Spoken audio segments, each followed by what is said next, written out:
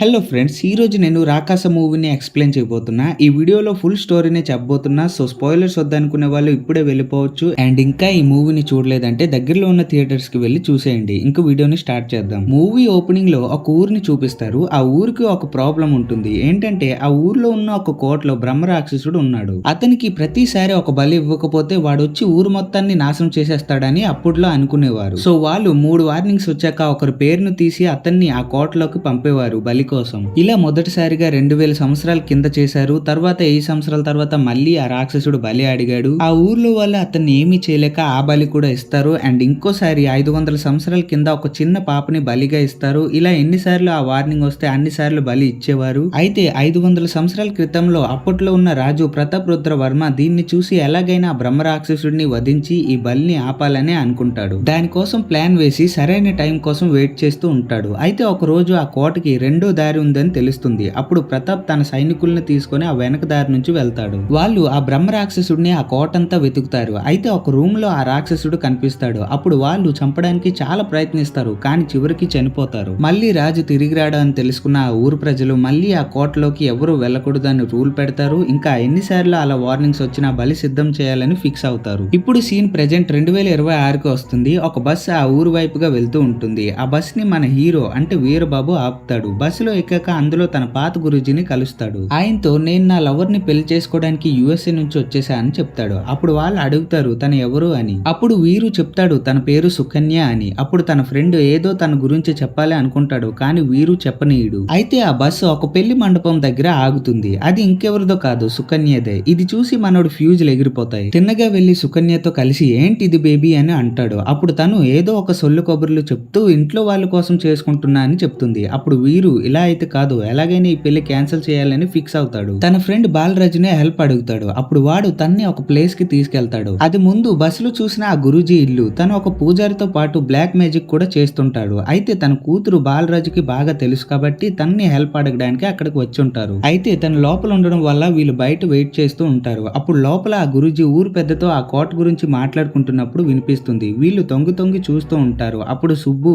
అంటే గురూజీ కూతురు వస్తుంది. తనే మన హీరోయిన్. ఇక్కడ ఏం చేస్తున్నారని వాళ్ళని అడుగుతుంది. అప్పుడు బాలరాజు అంతా చెప్పి ఎలాగైనా నువ్వే హెల్ప్ చేయాలని అడుగుతాడు. అప్పుడు తను ఒక మంత్రించిన కాటుకు డబ్బా ఇచ్చి దాన్ని ఆ సుకన్య నడుము మీద కాటుకు పెడితే తను నిన్ను వదిలి వెళ్ళదు అని చెప్తుంది. ఇంకేంటి వీరు ఇంకా బాలరాజు ఆ రోజంతా తన నడుముపై కాటుకు పెట్టడానికి ట్రై చేస్తారు, కానీ ఫెయిల్ అవుతారు. అప్పుడు నైట్ ఏదైతే అది అని లోపలికి వెళ్లి ఎర్రచీరలో ఉన్న సుకన్య నడుముపై బొట్టు పెడతాడు. బయటికి వచ్చి హ్యాపీగా వెయిట్ చేస్తూ ఉంటాడు. కానీ సుకన్య బయటకు వచ్చాక తెలుస్తుంది సుకన్య గ్రీన్ చీర కట్టుకుంది అని. ఇంకొంచెం వెయిట్ చేశాక తెలుస్తుంది వీరు సుకన్య అనుకుని తన అమ్మకి కాటుక నడుంపై పెట్టాడు అని. వీరు ఫెయిల్ అయ్యాడు కాబట్టి తర్వాత సుకన్యకి మ్యారేజ్ అయిపోతుంది. ఇప్పుడు తన ఫ్రెండ్ అయిన బాలరాజు ఒక బ్రాందీ తెచ్చి వీరుకి ఇస్తాడు. వీరు తాగుతూ ఇంటి వైపుగా వెళ్తున్నప్పుడు సుబ్బు తన దగ్గరికి వస్తుంది. ఈ అమ్మాయి కాకపోతే నీకోసం ఇంకో అమ్మాయి ఉంటుంది, ఇలా తాక్కు అని చెప్తుంది. అప్పుడు వీరు అయినా ఇలాంటి లాజిక్స్ నేను చెప్పాలి నువ్వు కాదు అని అంటున్నప్పుడు అక్కడికి సుబ్బు నాన్న వస్తాడు. ఏంటమ్మా వీడితో ఇక్కడ ఉన్నావురా, ఇంటికి వెళ్దామని స్కూటర్లో ఎక్కించుకొని వెళ్తున్నప్పుడు సుబ్బు వీరితో ముందుగా వెళ్ళినప్పుడు రైట్ కి వెళ్ళు, లెఫ్ట్ కి వెళ్ళకు అని అంటుంది. ఎందుకంటే లెఫ్ట్ లో ఆ కోట ఉంటుంది, సో వెళ్ళకు అని వార్నింగ్ ఇస్తుంది. కానీ వీరు ఆ రోడ్ కి వచ్చాక తాగిన మత్తులో ఉండడం వల్ల రైట్ అనుకుని లెఫ్ట్ కి వెళ్ళిపోతాడు. అతను ఆ కోట దగ్గరికి వెళ్ళిపోతాడు. వీరు అక్కడికి వెళ్ళిన వెంటనే ఒక ఉల్కా పిండం ఆకాశంలో కనిపిస్తుంది. అంటే ఇది మొదటి హెచ్చరిక రాక్షసుడికి బలి ఇవ్వడానికి. అదే టైంలో ఆ ఊరు పెద్ద ఇంట్లో ఒక బీరువా నుంచి ఎవరో గట్టిగా కొడుతున్నట్టు వినిపిస్తుంది. ఆ పెద్ద మెల్లగా వెళ్లి ఆ బీరువాని ఓపెన్ చేస్తాడు. అందులో ఒక పెట్లో ఒక కీ ఉంటుంది. అప్పుడు తనకు వాళ్ళ తాత చెప్పిన మాటలు గుర్తుకొస్తాయి. మొదటి హెచ్చరిక వచ్చిన తర్వాత ఎవరు ఆ కోట దగ్గరికి వెళ్ళకూడదు, అండ్ మూడో హెచ్చరిక వస్తే మాత్రం త్వరగా బలి ఇవ్వండి అని చెప్పుకుంటాడు. ఇప్పుడు మన హీరో ఇంకా అక్కడ ఉన్నాడు. తాగిన మత్తులో సుకన్యని తిడుతూ అక్కడే తిరుగుతూ ఉంటాడు. సడన్లీ అక్కడ శబ్దాలు వస్తాయి. హీరో చాలా భయపడిపోతాడు. కట్ చేస్తే తెల్లవారి కోట దగ్గరలో ఎవరో చచ్చిపోయారు అని ఊర్లో కబురు వ్యాపిస్తుంది. అందరూ అక్కడికి వెళ్తారు. అక్కడ వీరు తాగిన మత్తులో కింద పడి ఉంటాడు. అక్కడ ఆ ఊరు పోలీసు వచ్చి తన్ని సోంబాబు ఎక్కడరా అని అడుగుతాడు. అతను 2 days గా కనిపించట్లేదు. ఇంకా ఆ సోంబాబు షర్ట్ పీస్ వీరు ఒంటి మీద ఉంటుంది. సో వీరువే అతన్ని చంపుంటాడని పోలీసులు అరెస్ట్ చేయాలి అనుకుంటారు. కానీ ఆ ఊర్లో ఒకడు అంటాడు కోట దగ్గర జరిగిన విషయాలు మీరు తీర్చకూడదు, అది మన పరశురాం గారు తీర్చాలి అని అతని దగ్గరికి తీసుకెళ్తారు. పరశురాం అంతా విన్నాక వీరుని అడుగుతాడు సోంబాబుని ఎక్కడ పెట్టావురా అని. కానీ వీరు నాకు వాడికి ఏమీ సంబంధం లేదు, నాకు అసలు వాడెవడో కూడా తెలియదు అని ఒప్పుకోడు. అంతలో పరశురాం అయితే నువ్వు అక్కడికి ఎందుకు వెళ్ళావు, సోంబాబు అక్కడికి వెళ్ళినట్టు మాకు తెలిసింది అని చెప్తాడు. అప్పుడు సుబ్బు వచ్చి ఆయన 2 days గా కనిపించిన సోంబాబుని నిన్న వచ్చిన వీరు ఎలా చంపుతాడు అని తనకు సపోర్ట్ గా ఉంటుంది. ప్రూఫ్స్ ఏమీ లేకపోవడం వల్ల పరశురాం అతను దొరికేంత వరకు సోంబాబు భార్యకి రోజు 250 రూపాయలు ఇవ్వాలి, ఇంకా ఆ కోట దగ్గరికి వెళ్ళినందుకు ఆ ఊర్లో వాళ్ళు కొన్ని రోజులు వాళ్ళకి ఏమీ సహాయం చేయకూడదు అని తీర్పు చెప్తాడు. ఇంకేంటి మరుసటి రోజు నుంచి వాళ్ళకి ఊర్లో నుంచి ఏమీ సహాయం దొరకదు. సో ఇంట్లో పనులు ఇంకా ఉండటం లాంటి అన్ని పనులు వీరు చేస్తాడు. అయితే అదర్ సైడ్ ఆ కోట దగ్గరికి ఇప్పుడు ఎవరు వెళ్ళకూడదు అని ఆ ఊరు పెద్ద గురూజీతో చెప్తాడు. కొన్ని రోజులు గడిచాక బాలరాజుకి ఊర్లో ఉన్న గంగయ్య తాత ఆ సోంబాబుని చూశాడు అని తెలుస్తుంది. అప్పుడు వీరు అతని దగ్గరికి వెళ్తాడు. సోంబాబుకి ఏమైంది అని అడుగుతాడు. కానీ ఆ ముసలాడు వాళ్ళు తెచ్చిన బ్రాందీ కళ్ళు అంతా తాగేసేవాడు. కానీ ఆ సోంబాబు గురించి మాత్రం ఏమీ చెప్పలేదు. అయితే మరుసటి రోజు సెకండ్ వార్నింగ్ గా ఊరు చివరిలో ఉన్న చెరువు దగ్గర అన్ని పశువులు చనిపోయి ఉండడం చూస్తారు. ఇప్పుడు ఊరు పెద్ద త్వరలో బలికి టైం రాబోతుంది అని అర్థం చేసుకుంటాడు. అదే రాత్రి వీరు ఒక ప్లేస్ లో నిప్పు వెలిగించి అక్కడ ఆలోచిస్తూ ఉంటాడు. అక్కడికి సుబ్బు వచ్చి తనతో మాట్లాడుతుంది. తన చెయ్యి చూసి నీ లవ్ లైఫ్ చాలా ఎక్కువ ఉంది అండ్ నీ ప్రాబ్లమ్స్ కూడా త్వరలో క్లియర్ అయిపోతాయని చెప్తుంది. ఇక్కడి నుంచి తను వీరుని లవ్ చేయడం మొదలు పెడుతుంది.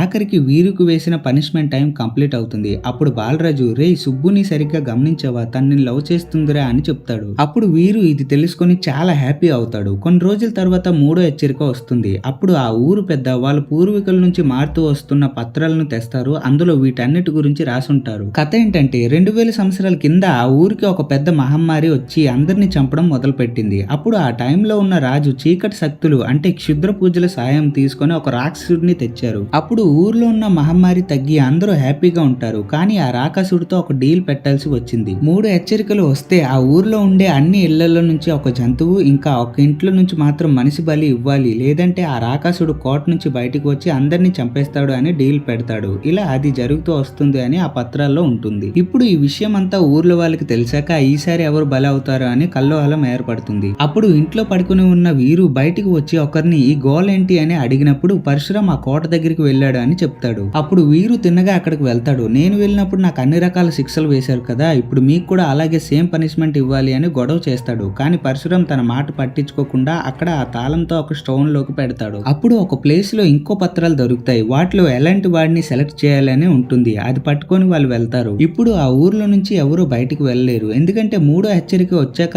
ఆ ఊరు చుట్టూ ఒక పవర్ఫుల్ సీల్డ్ స్టార్ట్ అవుతుంది. దానివల్ల ఎవరు బయటికి వెళ్ళలేరు. సో ఇప్పుడు ఏమీ చేయలేక ఆ ఊరు పెద్ద ఇంకా గురూజీ ఒక పెళ్లి కానీ బాధ్యతలు లేని ఒకరిని సెలెక్ట్ చేయడానికి ఊర్లో వాళ్ళందరినీ చెక్ చేస్తారు. తర్వాత ఒకరిని సెలెక్ట్ చేస్తారు. అనౌన్స్మెంట్ లో పేరు విన్నాక బాలరాజు వీరు దగ్గరికి పరిగెట్టుకుంటూ వెళ్తాడు. వచ్చాక వీరు అంటాడు, నాకు తెలుసురా నా పేరే వచ్చుంటుంది, ఈ ఊర్లో వాళ్ళు ఎప్పటి నుంచో నన్ను ఎలా చేయాలి అనుకుంటున్నారు కదా అని అంటాడు. అప్పుడు బాలరాజు చెప్తాడు, నీది కాదురా గంగయ్య తాత పేరు వచ్చింది. ఇది వినగానే ఒకవేళ గంగయ్య తాత చనిపోతే నాకున్న ఒక్కగానొక్క సాక్షి చనిపోతాడు, నేను ఆ సోంబాబు గాడిని వెతకలేకపోతాను అని అతన్ని కాపాడాలి అని తన ఇంటికి వెళ్తాడు. ఆ తాతని అక్కడి నుంచి తీసుకుని వెళ్తున్నప్పుడు ఆ ఊర్లో వాళ్ళు పట్టేసుకుంటారు. ఇప్పుడు ఏమీ చేయలేక అతన్ని అప్పగించేస్తారు. ఆ గంగయ్యని ఒక బొమ్మకి కట్టి ఒక దీపం వెలిగించి అక్కడికి వెళ్లేదాకా ఆరకూడదు అని అక్కడ ఒక పూజ చేస్తూ ఊరంతా ఊరేగిస్తూ ఆ కోట దగ్గరికి తీసుకెళ్తారు. అక్కడ ఆ గంగయ్యని రెడీ చేస్తున్నప్పుడు వీరు మళ్ళీ ఎస్కేప్ చేయించాలి అని ప్రయత్నిస్తాడు. కానీ ఆ గంగయ్య అక్కడ చనిపోతాడు. ఇప్పుడు అక్కడ ఉన్న వాళ్ళు వీరువే గంగయ్యని చంపేశాడు అని అంటారు. అప్పుడు వీరు అయినా ఆ ముసలాడిని చెప్పడానికి తీసుకొచ్చారు కదా, కొంచెం త్వరగా చనిపోయాడు, ఇందులో ఏముంది అని డిఫెండ్ చేసుకుంటాడు. అప్పుడు ఆ ఊరు పెద్ద ఇంకా పరశురాం వచ్చి ఇలా అవుతుందని ముందే ఆలోచించి ఇంకో పేరును కూడా రెడీలో ఉంచామని ఆ పేరును అనౌన్స్ చేస్తారు. అది ఇంకెవరిదో కాదు, బాలరాజు అంటే వీరు ఫ్రెండ్. ఇప్పుడు వీరుకి అది నచ్చక వాళ్ళతో అక్కడ ఆర్గ్యూ చేస్తాడు. అయినా ఆ కోటలో ఏముందో లేదో తెలుసుకోకుండా పాతకాలం మాటలు అన్ని నమ్మి ఇలా చేస్తున్నారని అంటాడు. అయినా లోపల ఏమైనా ఉంటే నన్ను నమ్మించండి, బాలరాజు ప్లేస్ లో నన్ను పంపించండి అని పొగరుతో ఆ దీపంని ఆర్పేస్తాడు. ఇప్పుడు అక్కడ గట్టిగా గాలి వస్తుంది. కాసేపు తర్వాత ఆ కోటలో నుంచి ఒక మృగం కోపంలో అరుస్తుంది. అప్పుడు అందరికీ కన్ఫర్మ్ అయిపోతుంది లోపల ఏదో ఉందని. ఇప్పుడు మన వీరుకి మాత్రం వచ్చి పడిపోతుంది అనుకోండి. దీపంని వీరు ఆర్పాడు కాబట్టి అతన్ని పంపించాలి అని ఊర్లో వాళ్ళు ఫిక్స్ అవుతారు. ఇప్పుడు ఏమీ చేయలేక వీరు లోపలికి వెళ్తాడు. లోపలికి వెళ్ళాక ఎక్కడి నుంచి ఆ బ్రహ్మ రాక్షసుడు దాడి చేస్తాడు అని భయపడుతూ తిరుగుతూ ఉంటాడు. అందులో ఒక స్పైక్స్ తో ఉన్న పెద్ద రాయి ఇంకా పెద్ద పెద్ద కత్తుల దాడిని కూడా తప్పించుకుంటాడు. ఇలాగే వెళ్తూ ఒక ప్లేస్ కి చేరుకుంటాడు. అక్కడ తన వెనకాల ఎవరో పరిగెట్టుతున్నట్టు అనిపిస్తుంది. అప్పుడు వీరు వెనక్కి తిరగకుండా బ్లా బ్లా వాగుతూ నన్నేమి చేయకండి రాకాష్ గారు అంటున్నప్పుడు తన ప్యాంట్ పాకెట్లకి ఎవరో చేయి పెడతారు. అప్పుడు వీరు భయపడి వెనక్కి చూస్తే అక్కడ ఒక మనిషి ఉంటాడు. అతను ఇంకెవరో కాదు, సోంబాబు. అంటే వీరుపై కేసు వేశారు కదా, అదే మనిషి ఇతను. అతను చెప్తాడు, నేను ఇక్కడికి వచ్చి ఇప్పటికే 10 రోజులు అయింది, కానీ బయటకు వెళ్లే దారి ఇంకా దొరకలేదు. అప్పుడు వీరు అసలు నువ్వు ఇక్కడికి ఎలా వచ్చావని అడిగినప్పుడు అతను చెప్తాడు,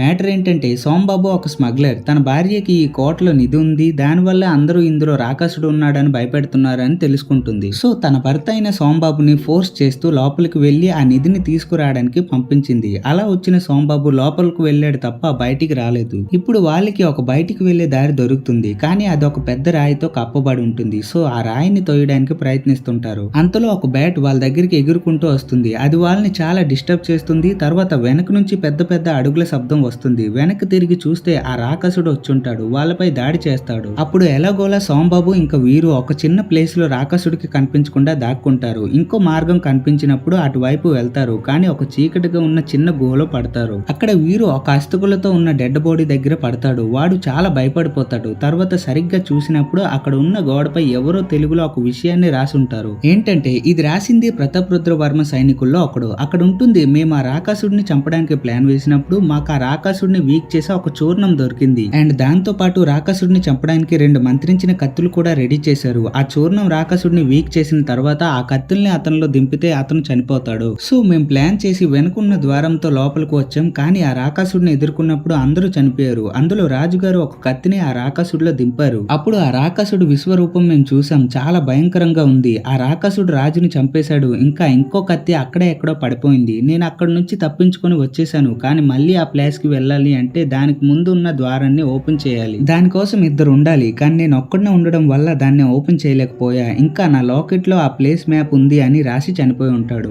ఆ లాకెట్ అక్కడ ఉన్న శవం దగ్గర ఉంటుంది. ఆ లాకెట్ ఓపెన్ చేయడానికి వాళ్ళు చాలా ప్రయత్నిస్తారు. అదర్ సైడ్ సుబ్బుని తన నాన్న లాక్ చేసి ఉంటాడు. బయటికి వదిలితే తను కూడా ఆ కోటలోకి వెళ్ళిపోతుంది అని తన బ్రదర్ ని కాపలాగా పెట్టి ఇంకో రూమ్ కి వెళ్తాడు. కానీ తన బ్రదర్ వాళ్ళ నాన్నని లాక్ చేసి తన్ను వదిలేస్తాడు. తను ఆ పత్రాల్లో 2వ మార్గం చూసింది కాబట్టి ఆ కోట దగ్గరికి వెళ్తుంది. ఆ కోట ముందు బాలరాజు లోపలికి వెళ్ళలేక ఇంటికి వెళ్ళలేక అక్కడ కంగారుగా ఉంటాడు. అప్పుడు తను వీరుని బయటికి తీసుకురావడానికి ఇంకో దారి ఉంది అని తన్ని కూడా లోపలికి తీసుకెళ్తుంది. లోపలికి వెళ్ళిన కొంతసేపు తర్వాతే వాళ్ళు వేరు అయిపోతారు. అదర్ సైడ్ ఆ లాకెట్ ను ఓపెన్ చేయలేక వాళ్ళే ఆ కత్తిని ఇక్కడ అక్కడ వెతుకుతూ ఉంటారు. అంతలో వీరు సోంబాబుతో తన లవ్ స్టోరీ చెప్తాడు. తన సుబ్బుని లవ్ చేశాడు అని బ్లా బ్లా చెప్తుంటాడు. అంతలో అక్కడ గజ్జల చప్పుడు వస్తుంది. వీళ్ళు కంగారుగా ఉన్నప్పుడు అక్కడి నుంచి సుబ్బు వస్తుంది. అప్పుడు సుబ్బు వీరు చేయి పట్టుకొని పద వీరు మనం బయటికి వెళ్లి పెళ్లి చేసుకుని హ్యాపీగా ఉందామని ఐ లవ్ యూ చెప్తుంది. అప్పుడు అదర్ సైడ్ నుంచి బాలరాజు వస్తాడు. వీరు తనతో అంటాడు, బావా చూడరా సుబ్బు నన్ను ప్రపోజ్ చేసింది అని. అప్పుడు అదర్ సైడ్ లో ఉన్న బాలరాజు వెనక నుంచి సుబ్బు వస్తుంది. ఇది చూసి వీరు చాలా భయపడిపోతాడు. వెనక్కి తిరిగి చూస్తే తను చేయి పట్టుకుని ఉన్నది ఒక పిశాచి. ఎలాగోలా తన దగ్గర నుంచి తప్పించుకొని నలుగురు వెళ్లి ఒక ప్లేస్ లో ఉంటారు. అప్పుడు సుబ్బు అన్ని చెప్తుంది. ఆ స్టోరీ ఇంకా ఆ కత్తుల గురించి ఆ తాళపత్రాల్లో చదివింది అని. ఇప్పుడు వీరు ఆ లాకెట్ ని తనకు చూపించి ఇందులో ఆ మ్యాప్ ఉంది, చాలా ట్రై చేశాం కానీ ఓపెన్ చేయలేకపోయామని చెప్తాడు. అప్పుడు తను ఆ లాకెట్ ని బాగా అబ్జర్వ్ చేసి దానిపై ఉన్న సైన్స్ చూసి అది ఓపెన్ చేస్తారు. ఇప్పుడు వాళ్ళకు ఆ ప్లేస్ ఉన్న మ్యాప్ దొరుకుతుంది. దాన్ని చూస్తూ వాళ్ళు ఆ ప్లేస్ కి ఉన్న డోర్ దగ్గరికి వస్తారు. ఇప్పుడు ప్రాబ్లం ఏంటంటే ఆ డోర్ ని ఓపెన్ చేయాలంటే ఆ డోర్ కి 2 సైడ్ లో ఉన్న చైన్స్ ని ఒకేసారి లాగాలి. సో వాళ్ళు 2 టీముల్లో డివైడ్ అయ్యి 2 సైడ్స్ కి వెళ్తారు. సోంబాబు ఇంకా బాలరాజు మళ్ళీ ఆ పిశాచికి దొరికిపోతారు. ఇంకా సుబ్బు ఇంకా వీరు ఆ ప్లేస్ లో ఉన్న ఒక వల ట్రాప్ లో పడిపోతారు. ఎలాగోలా 2 టీమ్స్ ఒకేసారిగా ఆ చైన్స్ ని లాగి అక్కడ నుంచి తప్పించుకొని ఆ డోర్ దగ్గరికి వస్తారు. ఆ డోర్ ఓపెన్ గా ఉంటుంది. సో లోపలికి వెళ్తారు. అక్కడ ఆ కత్తిని చాలా వెతుకుతారు. కాసేపు తర్వాత వీరుకి ఆ కత్తి దొరుకుతుంది. కత్తి దొరికాక రాకాసుడిని చంపడానికి ఎవరు వెళ్ళాలో అని నలుగురు గొడవ పడుతుంటారు. అప్పుడే ఆ రాకాసుడు అక్కడికి వచ్చేస్తాడు. వాళ్ళపై దాడి చేస్తాడు. ఆ రాకాసుడి నుంచి తప్పించుకుంటున్న ప్రయత్నంలో సుబ్బు ఒక ప్లేస్ లో ఆ రాకాసుడికి దొరికిపోతుంది. ఆ రాకాసుడు తనను చంపడానికి వెళ్ళినప్పుడు